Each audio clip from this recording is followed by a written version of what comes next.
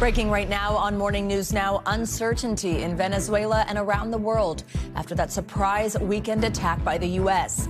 Just hours from now, captured Venezuelan leader Nicolás Maduro and his wife set to face a judge in a New York City courtroom on several charges, including narco-terrorism conspiracy. Meanwhile, President Trump insisting that the U.S. will run the South American country temporarily and warning Maduro's vice president and acting leader to cooperate or, quote, pay a very big price. We're going to run it, fix it. We'll have elections at the right time. If I didn't win this election, we would have been Venezuela on steroids. Now, questions about who is in charge and what happens next. Who are those people who will be running the country specifically? Well, it's not running, it's running policy. And the goal of the policy is to see changes in Venezuela that are beneficial to the United States, first and foremost, because that's who we work for, but also, we believe, beneficial for the people of Venezuela. And across the U.S., celebration, but also cautious optimism from Venezuelans. I feel really happy and grateful for the government here that is supporting all the Venezuelan people. This is my country, of course, but right now I'm like, I don't know. At this point, I'm like very worried. We have a lot to get to on this first Monday of the year. Thank you very much for being with us. Good morning. I'm Savannah Sellers. I'm Joe Fryer. Let's get right into it with our team of reporters and experts. They're helping us monitor developments from Washington to Caracas and what it all means here at home and all around the world. We're going to start things off with our senior national politics reporter, Jonathan Allen. So, John, let's just start by reminding viewers how this dramatic weekend unfolded, including the U.S. attack on Venezuela and Maduro's capture. We're going to dig into the details of the military operation in a moment, but just what are the headlines of the weekend and how this all unfolded early Saturday morning? Sure, Joe. Going back, obviously, months now, there was a pressure campaign on Nicolás Maduro, the deposed now president of Venezuela, by the Trump administration, including the boat strikes that have gotten so much attention. And then President Trump says that he spoke to Maduro and said basically gave him one last chance to basically cede power, and he didn't do it. Then on Friday night and into Saturday morning, 150 U.S. planes and other support helped clear a path for special forces and law enforcement officers to go into Maduro's compound at about 1 o'clock in the morning on Saturday, Eastern time. And then they were able to capture, essentially without much of a firefight there. The U.S. cleared a path, of course, with munitions. President Trump suggested that electricity was cut to Caracas. They were able to capture Maduro and his wife and spirit them out. And then, by 4 o'clock in the afternoon on Saturday, they were in New York. There were some casualties. President Trump said they were fatalities only on the other side, including Cubans who were defending Maduro as part of Venezuela's cooperation with Cuba. But no American fatalities so far have been reported, a couple of casualties. John, what can we expect from today's arraignment of Maduro and his wife? And tell us the Trump administration's argument here, what evidence they've provided to back up the drug-related charges they're alleging. Yeah, Savannah, we'll see that arraignment at noon in Manhattan. This is the superseding indictment. Maduro had actually been indicted in 2020 on similar, conspiracy for narco-terrorism, similar charges, but not quite as much. We're, reading through the indictment.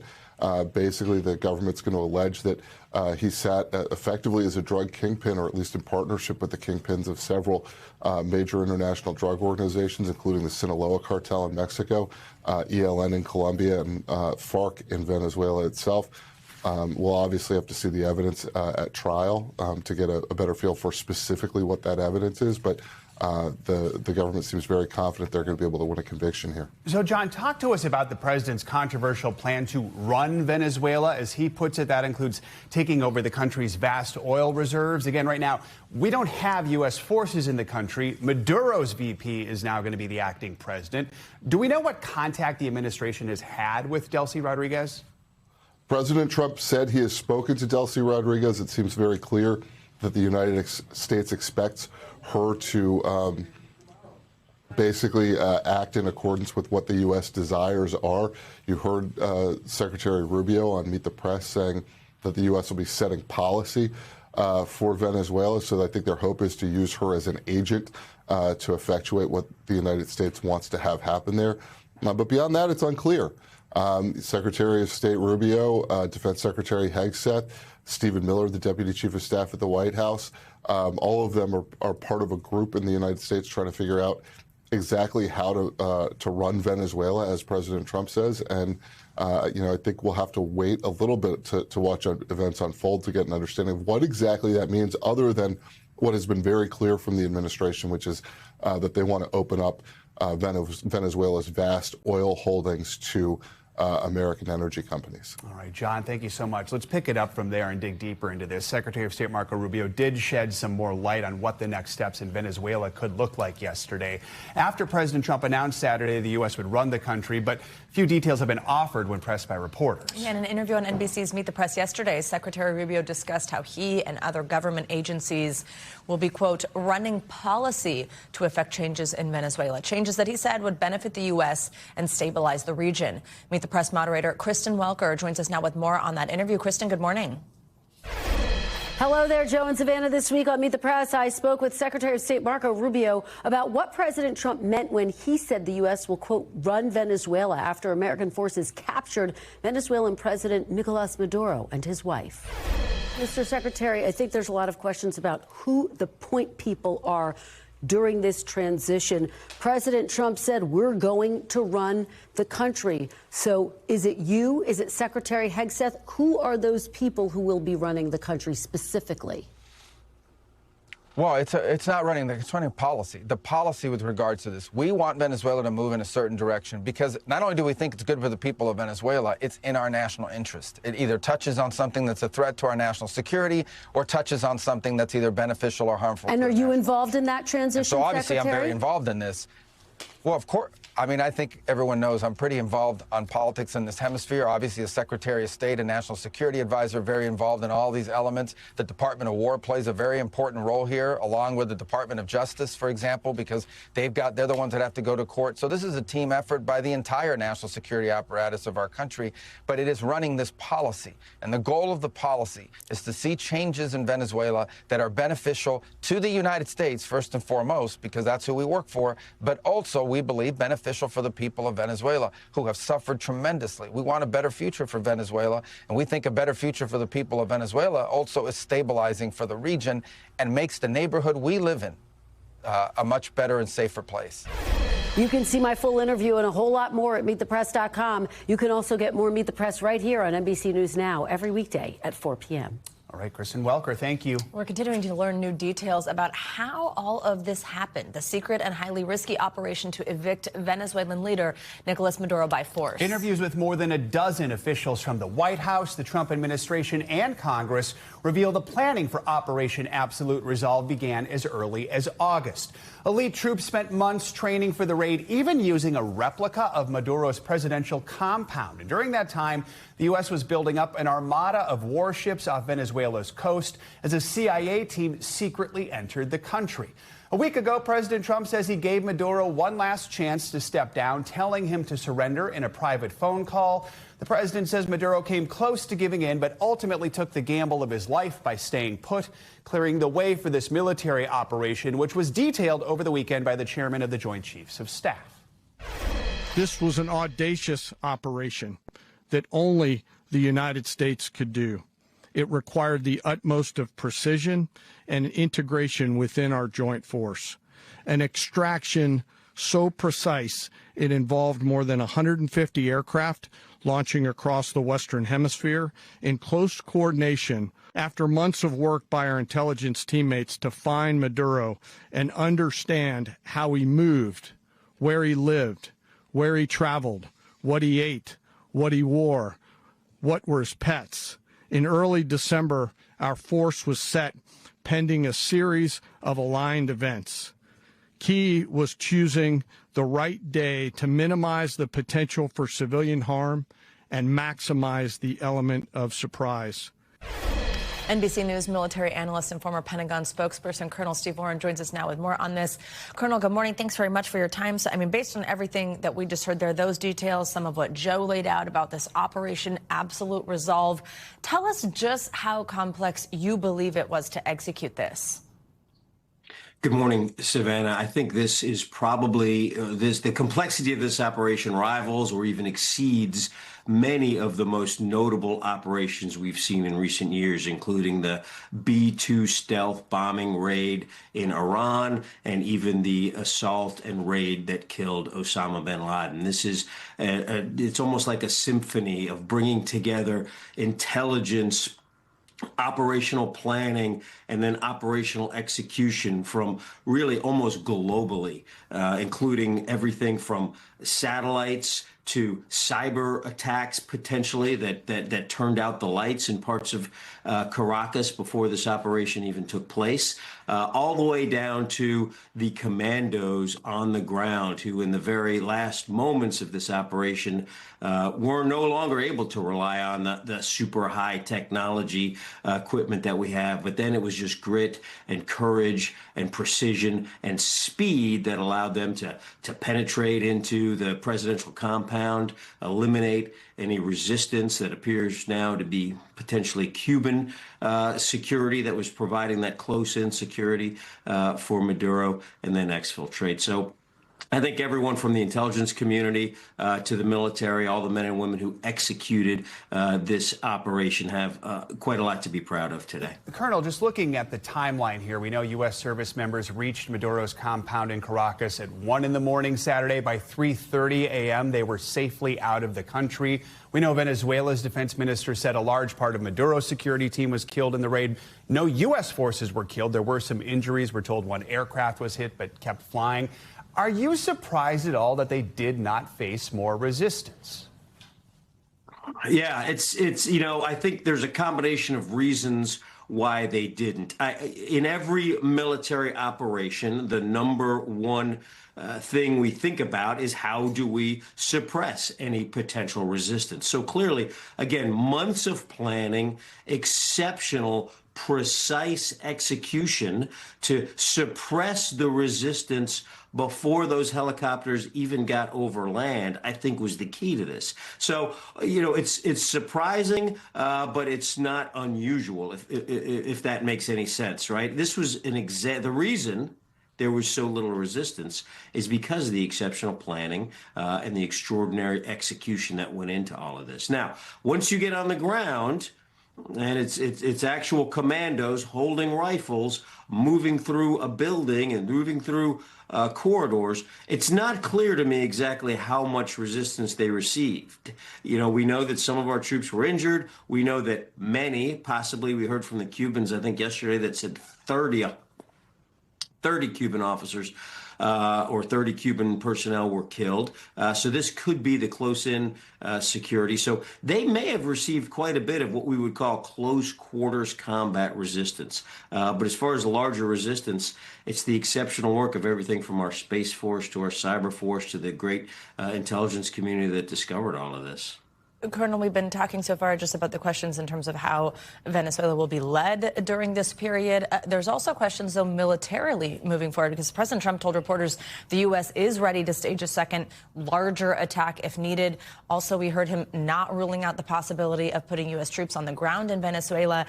And then there's also the tension that we're seeing, this friction between Trump and the interim president, Delcy Rodriguez. She said Maduro is still the head of Venezuela's government. She also said the country is ready to defend its natural resources. So, I mean, do you think that that means that we're close to seeing another military confrontation here? Are you concerned about that?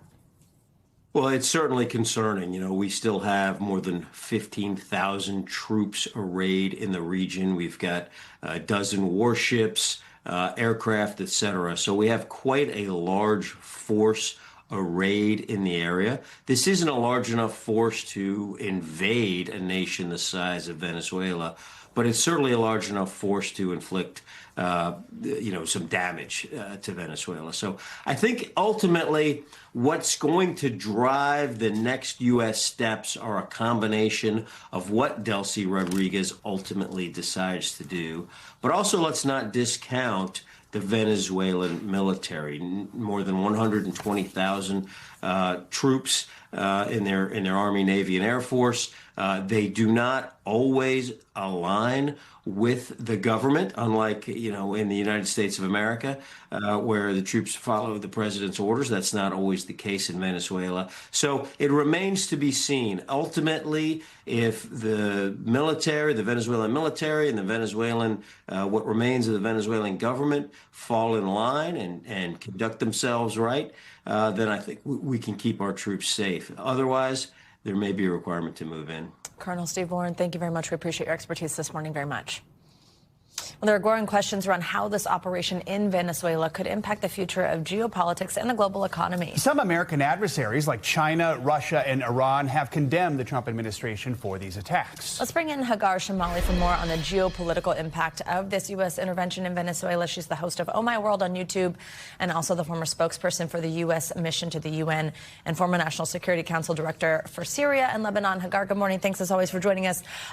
So let's broaden this out and talk about potential activities in other countries, or even, like we just mentioned, there potential further military intervention in Venezuela. One concern has been Greenland. We've heard the president talk about taking over Greenland in the past, and then we actually also just saw the wife of Trump aide Stephen Miller posting an image. It shows, here it is on your screen, the American flag like superimposed over a map of Greenland, and with the word there just typed soon. In response yesterday, Denmark's prime minister issued a statement saying that it makes really no sense for the U.S. to talk about needing to take over Greenland, referencing this historically close nature between the U.S. and Denmark and therefore Greenland. You can see that statement on your screen. But this all carries a little more weight after what's happened in Venezuela, right? Yes. Well, I'm so glad you're asking about broadening out, because the reason Greenland makes sense here, and the reason in this context in particular, is that this whole effort isn't about the oil. It's not even about the drugs. It's about geopolitical power and competition, because Maduro had allowed Venezuela to be used as a satellite for all of its, as I call it, the club of baddies, meaning the Chinese Communist Party, the Islamic Republic of Iran, Putin, Hezbollah, Cuba. And it is in our hemisphere. That is something we sustain government, by the way. That's what we call it, the Western Hemisphere. That's in our backyard. You don't want, when you have a growth in competition like this, where you're seeing dictatorship and human rights abuse around the world on the rise, you don't want them playing in your backyard or benefiting, by the way, from Venezuelan oil. That's why the oil part comes up. Not because we need it, but because we don't want these nefarious actors controlling it or benefiting from it. And Greenland plays a role in that as well. That's why it's kind of connected. That's why you see that being mentioned, because Greenland has many rare earth minerals and has waterways that we know Russia and China are using. And that's why Trump is turning his focus to that. Now, does that mean I think that he's going to take over or try to invade Greenland? I can't say. I don't know. I wouldn't speculate on that. I will say that he's posturing because he's trying to highlight this threat to Denmark and to the European neighbors, saying he's not going to allow these nefarious actors that we know are working against us and we know are competing to use Greenland and those waterways or potentially rare earth minerals to benefit their own power or to be used against us. That's what this is ultimately about. Hagar, we know that Maduro actually met with China's special envoy just hours before the U.S. launched this operation to capture him. What message does this all send to U.S. adversaries like Russia, China, and Iran about the Western Hemisphere? And also, just when we think of China, we wonder, does China see this as perhaps a green light to go into Taiwan now? Yeah, sure. So a couple things there. First is that you're going to definitely have weaker adversaries like the Iranian regime, certainly the leader of Cuba, Putin for sure, shaking their boots a bit, wondering, oh my God, are we next? What is the red line? And then we know this with the administration is that they deliberately obfuscate. They are never clear in what they say they're going to do. And that works well with an adversary, because then the adversary sits on its heels and figures, okay, maybe I won't behave as badly. But when you have an adversary and competitor like China, which has a military that does rival ours, where it is a genuine competitor, then you must wonder that Chairman Xi must be thinking, well, if I went into Taiwan the way the United States did, then maybe nobody would go after me because I'm also strong. And so I think it depends on the adversary. Some are going to be worried, some are going to feel emboldened, but all that, by the way, boils down to the fact of this, and I hate to get really nerdy here, but I'm going to, is you have the international world order, the institutions that were created after World War II to prevent such behavior do not work. They're not working. That's why Putin was able to lop off a piece of his neighbor's land and then invade it and still sit on the UN Security Council. And for Trump and the way this views, he views it as taking matters into his own hands. He's thinking, all right, you know what? We've got this rise of dictatorship. We've got a nefarious actor behind our borders, sending drugs, behaving badly, and allowing this club of baddies to grow. We're going to take it into our own hands. And that, while that could work for the United States, and I do have hope that it will, it might not work so well for other adversaries who might behave the same way. Hagar, what can we learn from history here? Any lessons to be learned from previous American attempts at regime change in other places, maybe like the Middle East? Well, I'm loath to compare it to the Middle East because the Middle East is such a different environment. Venezuela, and I know the opposition leaders in Venezuela, by the way, very well. I work with them through the Human Rights Foundation. They are very unified. They're very coordinated. For example, we know that Maria Corina Machado and her colleague Edmundo Gonzalez won the election. And Maduro stole the election twice. We know that if there were a free and fair election today, that they would win. And so, when you're talking about democracy and prosperity, this is in Venezuela's recent history. It's Chavez and Maduro who brought it down. So Venezuelans know what a democracy looks like and how it should function. They know what it's like to have a capitalist society. And these are things that Maria Corina Machado and Edmundo Gonzalez have promised. The Middle East is totally different, so it's hard to compare. So while the U.S. has not necessarily done regime change very well, I wouldn't compare there. I would compare to the abduction of Noriega in Panama by George Bush Sr. And that, while it was a little bit of a rocky road, it did work out. Panama did return to democracy and prosperity. Hagar Shamali, as always, we appreciate your time. Thank you. Let's stay with international reaction to this operation in Venezuela. Some American adversaries like China, as we mentioned, are calling it a violation of international law. Yes, some Venezuelans are praising President Trump's actions, while some neighboring countries like Colombia have expressed concerns about an influx of refugees and an increase in political violence. NBC News senior White House correspondent Gabe Gutierrez has made his way to Colombia near the Venezuelan border. Gabe, good morning. So we know the UN Security Council is set to meet today to discuss what happened in Venezuela, the capture of Nicolás Maduro. We know major world leaders, especially in the West, have sort of cautiously towed the line with their reactions, condemning the Maduro regime, but saying, hey, it's important to follow international law. So what can we actually expect from this meeting today? Hi there. Good morning, Joe and Savannah. Yes, Venezuela formally asked for this meeting of the UN Security Council, and yes, we're expecting it later this morning. Look, the UN Secretary General has already released a statement saying he was deeply alarmed by what happened in Venezuela and that it sets an alarming precedent. And you're right, several of America's adversaries have already condemned what happened, including Iran, Russia. China is asking for Nicolás Maduro to be freed immediately. And several Latin American countries, including Colombia and Mexico, have issued a joint statement condemning the U.S. actions in Venezuela. Over the weekend, we also saw a rally in Cuba where that country's president condemned the action. Still, the Trump administration does not really seem to care what the UN says and what some of these leaders say. They point to what they view as a necessary mission to capture Nicolás Maduro. Joe. Gabe, there's a lot of uncertainty in several Caribbean and South American countries this morning, places like where you are, Colombia, Venezuela's western neighbor. When talking to reporters on Air Force One last night, President Trump seemed to threaten Colombia's president, Gustavo Petro, calling him a, quote, sick man who likes to make cocaine. How are officials and the people in Colombia responding to comments like those and to what we saw on the ground in Venezuela? Look, Colombia is out with a statement saying that the president's comments and actions violate the norms of international law. And certainly there is a lot of pushback from Colombia's president, Gustavo Petro, who has repeatedly denied that he or his government is involved in drug trafficking. But that is something that President Trump has been railing against for quite some time, slamming Colombia's president and appearing threatened, really, yes, threatening that he could be next. It's very interesting. I'm here at the border with Venezuela, Joe and Savannah, and behind me, over my shoulder, you see those tanks that have been set up. That's the Colombian military. There's ramped up security here at the border because this government fears that there could be a renewed migrant influx into Colombia. Some 8 million people, displaced Venezuelans, have left the country over the last 12 years. About 3 million or so of them, according to the UN, have ended up here in Colombia.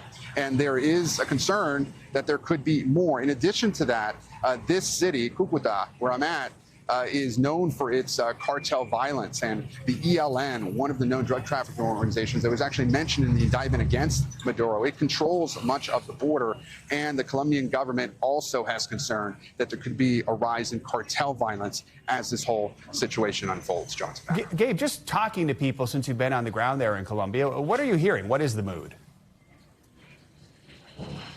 Well, we actually have been in Bogota, where it's a very complicated reaction here. We talked to some Venezuelan refugees that had settled in Colombia. We talked to them at a rally in Bogota.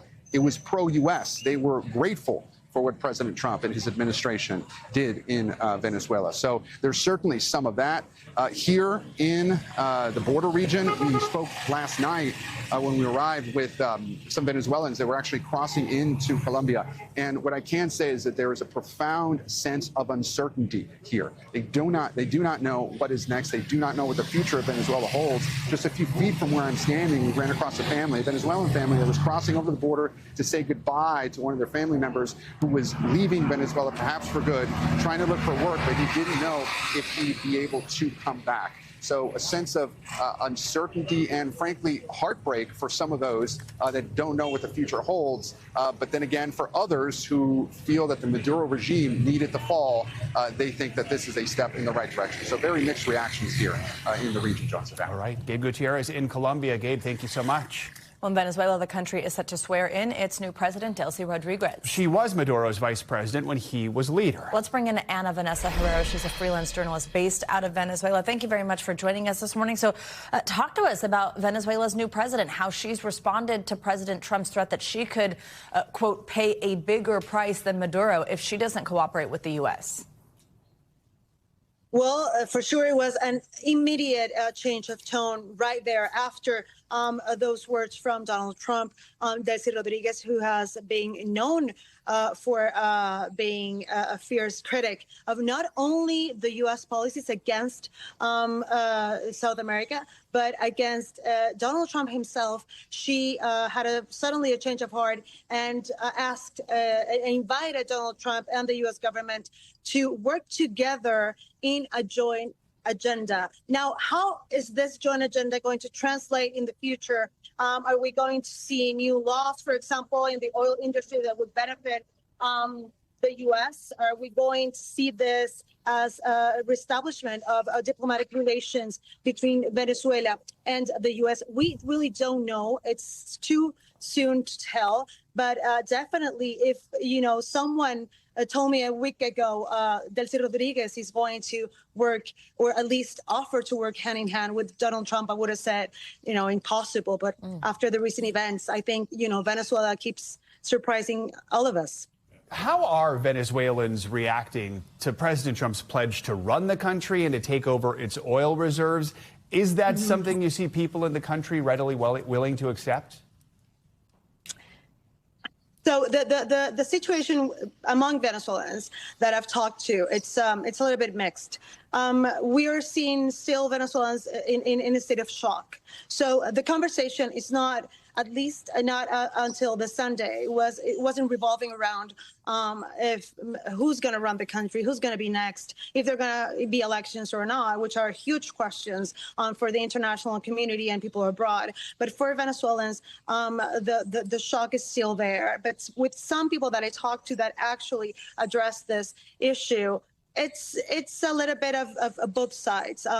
Some people told me that they were more than happy to let the United States run things for a while, so that they could see some kind of stability. And then the other side, I spoke to this woman that said that she was perfectly fine with what happened to Nicolás Maduro, but she draw the line right there on when another president from another country said that he was going to be in charge of her country. So she said, and I'm paraphrasing here, but she said that, you know, we need elections and we need to decide who is going to run our country because, and this is a straight quote that I, you know, stuck with me, I don't go to his country to say who's next and who's in line.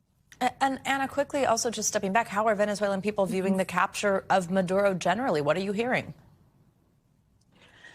Well, Maduro no doubt had followers, and those followers were seen on the streets this weekend to reject and to ask the government of President Donald Trump to return Nicolás Maduro to Venezuela. But on the other side, a lot of people are celebrating. They're joyful, hopeful, but we're not seeing that translated into a street mood because people are know very well that if they do, they might face repression, jail, and even death, as they have in the past. So the celebrations we're seeing are very close, at home, private, some messages over social media and private messages shared here and there. But definitely what is true for everyone, followers and those who don't approve of Nicolás Maduro, is that everything is very uncertain, and the anxiety, you can feel the anxiety on the streets.